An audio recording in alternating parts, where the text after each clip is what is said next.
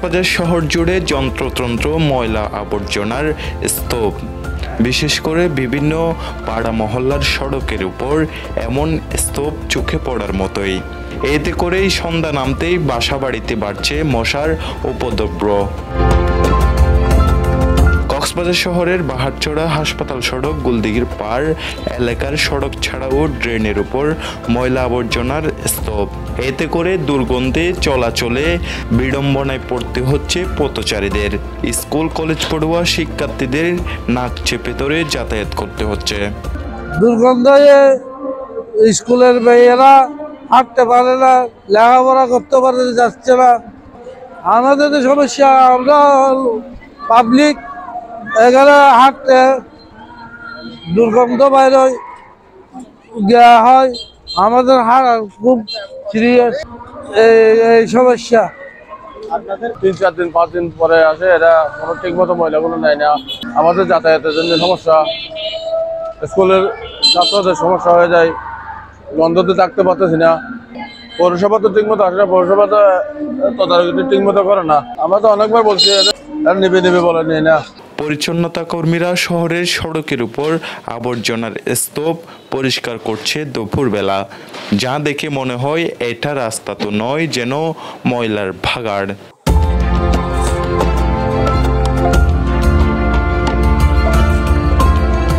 শহরবাসীর অভিযোগ, প্রায় সময় সকাল পেরিয়ে দুপুর এমনকি বিকেল পর্যন্ত রাস্তার পাশে পড়ে থাকে ময়লা আবর্জনার স্তূপ।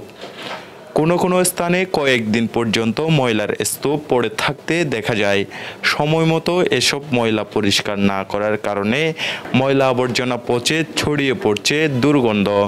অনেক সমস্যা ময়লা নিয়ে। অনেক সময় এমন হয় যে বৃষ্টির সময় তো বলাই যায় না, আমরা অনেক সময় স্কুল প্রাইভেট অফ দিতে হয়।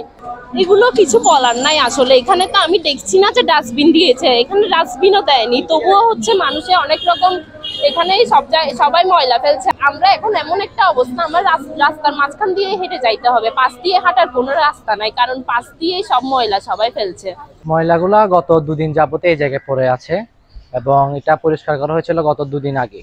তো 2 দিন যাবত এই জায়গায় রাস্তার যানজট এবং পথযাত্রীদের হাঁটা চলাতে সমস্যা, বিভিন্ন মশামাছি, বিভিন্ন আপনার নোংরা আবর্জনার কারণে মানুষের হাঁটা চলাতে যেতে প্রবলেম হচ্ছে। সচরাচর মানুষের আসা যাওয়ার মধ্যে অনেক ত্রুটি দেখা দিচ্ছে।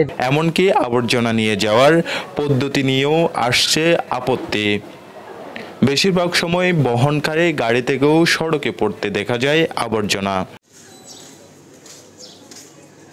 এসব বিষয়ে জানতে চাইলে কক্সবাজার পৌরসভার কনজারভেন্সি শাখার কর্মকর্তা জানান, জনবল সংকট রয়েছে তাদের, সেই সাথে তিনি দুষছেন জনসাধারণকেও। হঠাৎ ছড়িয়ে থাকার বিষয়টা হচ্ছে নিত্য নৈমিত্তিক, হঠাৎই বেশি দেখা যাচ্ছে, এটাই বলা হচ্ছে মূলত প্রশ্নার্থে।